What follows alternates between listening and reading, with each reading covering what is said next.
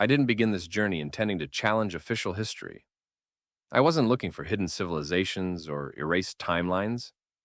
I was simply studying architecture, old buildings, early cities, the evolution of urban design.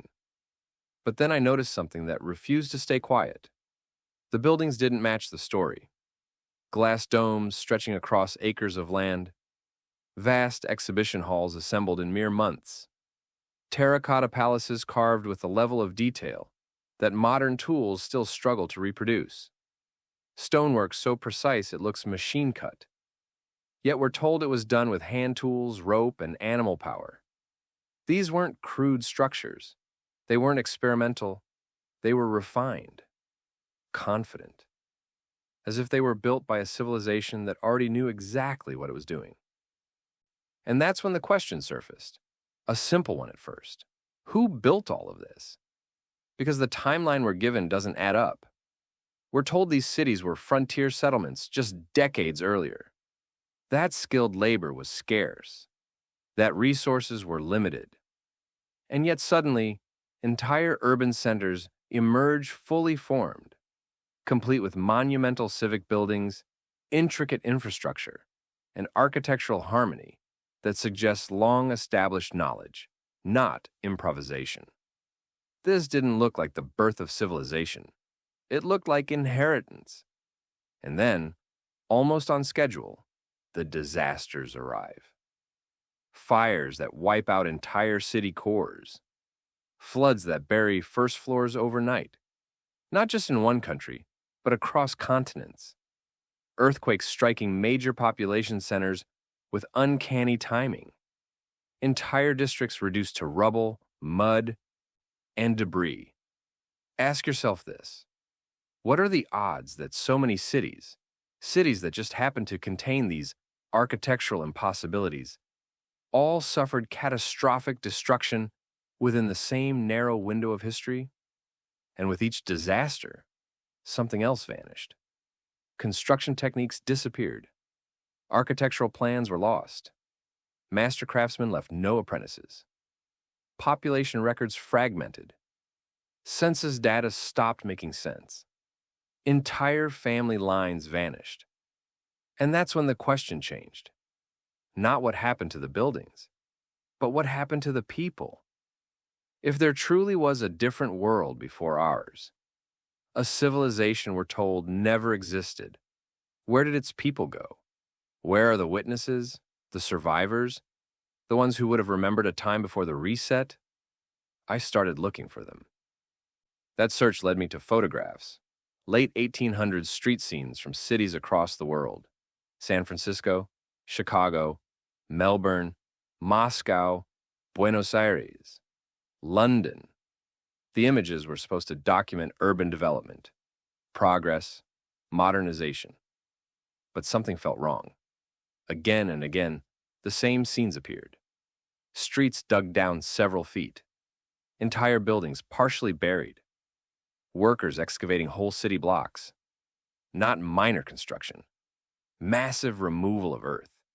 The captions called it street grading, elevation projects, urban improvement. But the scale was wrong, the frequency was wrong, and the timing was wrong. In San Francisco alone, between 1850 and 1915, the city appears to have excavated and re-excavated itself multiple times. Entire neighborhoods dug out, raised, and rebuilt, as if the city kept sinking under something, and had to be uncovered again and again. And here's the strangest part. No one seemed to question it. No public outrage from property owners. No detailed records explaining where all that soil came from, or where it went. No serious debate about the cost or necessity. Just thousands of workers day after day, moving incomprehensible amounts of earth, as if this were the most normal thing in the world. Which raises a critical question. If cities across the world were buried under mud and debris by some large-scale event or series of events, where are the first-hand accounts? Where are the survivor stories? Where are the diaries, letters, testimonies? I expected to find silence enforced by conspiracy. Instead, I found something more disturbing: a systematic absence of explanation. Take Chicago after the Great Fire of 1871. The city supposedly rebuilds with astonishing speed. Within decades, hundreds of elaborate buildings appear: courthouses, train stations, libraries, commercial blocks, many of them architecturally superior to what existed before. Yet, when you look for detailed construction records, blueprints, labor accounts, personal testimonies, the documentation is thin, inconsistent, fragmented. It's as if history took great care to record that buildings appeared, but not how or by whom. Then, there are the orphan trains. From 1854 to 1929, an estimated 250,000 children were relocated from eastern cities to homes in the Midwest and West. The official story says these were abandoned street children, victims of poverty and immigration. But the numbers don't behave like poverty. 250,000 children isn't a social program. It's a demographic event. The deeper you go into the records, the stranger it gets. Minimal documentation, vague origins, children listed as foundlings.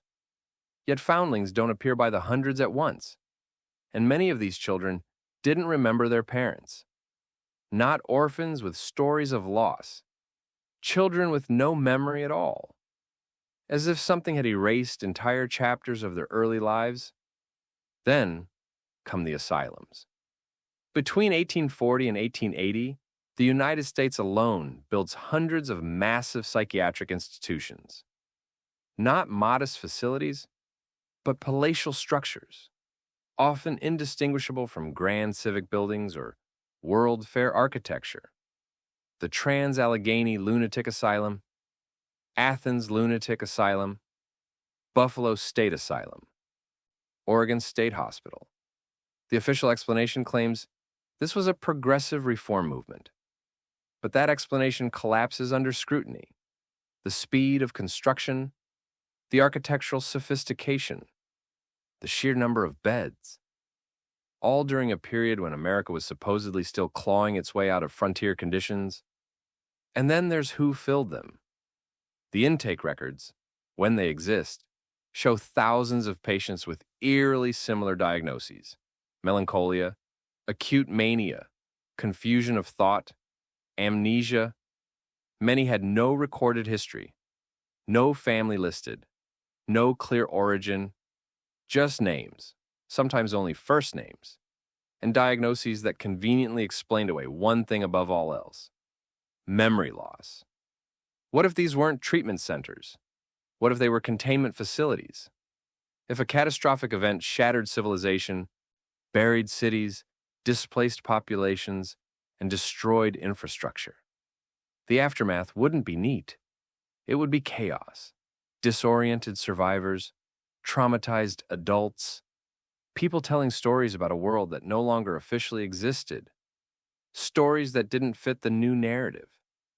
How do you neutralize witnesses without violence? You medicalize them. Label their memories as delusions. Mix genuine survivors with patients who truly need care. Create a system where truth and madness become indistinguishable. And the reasons for commitment? Political excitement, religious enthusiasm, novel reading, nostalgia. That last one appears again and again. Nostalgia, an excessive longing for the past, or perhaps a longing for a past that was being erased. Adults could be managed, children couldn't. Children remember differently. They ask questions. They repeat stories without understanding the consequences. And so, the orphan trains. Hundreds of thousands of children removed from cities, scattered across rural regions, raised without connection to their origins, their memories dismissed as imagination, their past rewritten before it could solidify. And this wasn't just America, Australia, Canada, Britain, Argentina, Russia. Simultaneous child relocation programs. Same era, same scale, same silence. How do dozens of nations coordinate identical population management systems without modern communication? Unless they weren't coordinating, unless they were responding to the same event. Return to the buildings. So many structures pre-1900 appear finished, not evolving, as if they were uncovered rather than built, excavated, repurposed, relabeled. But buildings need keepers. And that's when professional credentialing appears. Suddenly, knowledge must be certified. Apprenticeship is replaced by institutions. Old knowledge becomes unscientific, dangerous. Who couldn't be credentialed? The elderly, the traumatized, the institutionalized, the displaced children. By the early 1900s, the gaps begin to close. Records stabilize, photographs multiply. Narratives align. Then World War I. Then the Spanish flu. Another demographic rupture. Another removal of witnesses. I don't claim these events were manufactured, but the timing is precise. By the 1930s, the last generation who might have remembered the world before is gone. So where did they all go? Into asylums, onto orphan trains, into silence, into graves, not erased in one dramatic act, but dissolved through bureaucracy, medicine, education, and time. What would it take to make a civilization forget?